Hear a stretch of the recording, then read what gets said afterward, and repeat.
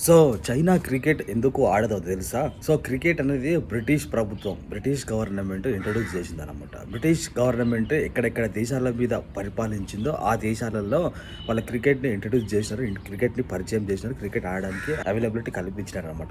So, అందుకే India, Sri Lanka, Pakistan, Australia ఇవన్నీ ఏందంటే బ్రిటిష్ ప్రభుత్వం, బ్రిటిష్ గవర్నమెంట్ పరిపాలించిన దేశాలు అనమాట. అందుకే అక్కడ క్రికెట్ ఒక రిలీజియన్‌గా అయిపోయింది. ఇండియాలో మాత్రం ఒక రిలీజియన్ మతంలాగా మారిపోయింది. సో, క్రికెట్ అనేది. సో, చైనాలో మాత్రం బ్రిటిష్ ప్రభుత్వం పరిపాలించలేదు. అందుకే చైనాలో క్రికెట్ ఇంకా రాలేదు. క్రికెట్ ఆడేవాళ్ళు ఎవరు లేరు.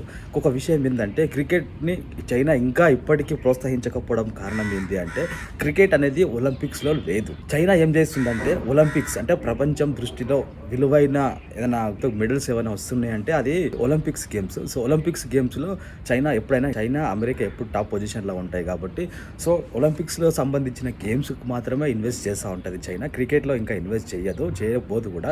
ఒకవేళ 2028లో క్రికెట్ ఒలింపిక్స్‌లోకి రాబోతుందని చెప్పి ప్రచారం జరుగుతా ఉన్నది. సో, కన్ఫర్మ్ కూడా అయిపోయిందని చెప్పి ఇన్ఫర్మేషన్ ఉంది. సో, ఒకవేళ 2028లో క్రికెట్ కన్ఫర్మ్ అయిపోతే చైనా ఒక 1 ఇయర్ ముందు దాని మీద ఇన్వెస్ట్‌మెంట్ చేసి, ఒక పెద్ద ఎత్తున ప్రచారం చేసి, దాని పైన బాగా ఇన్వెస్ట్‌మెంట్ చేసి, ప్రమోట్ చేసే అవకాశాలు ఉంటాయి. ఒకవేళ చైనా క్రికెట్‌లోకి వస్తే ఏ విధంగా ఉంటదో పోటీ మీరు గమనించొచ్చు. ఎందుకంటే ప్రతి స్పోర్ట్స్‌లో చైనా ఆధిపత్యం ఎక్కువగా ఉంటది. ఎందుకంటే ఒలింపిక్స్‌లో గోల్డ్ మెడల్స్ ఎక్కువ సాధించిన దేశాలలో చైనా ఎక్కువగా ఉంటది కాబట్టి, ఒకవేళ క్రికెట్‌లోకి చైనా ఎంటర్ ఇస్తే పరిస్థితి ఏ విధంగా ఉంటది?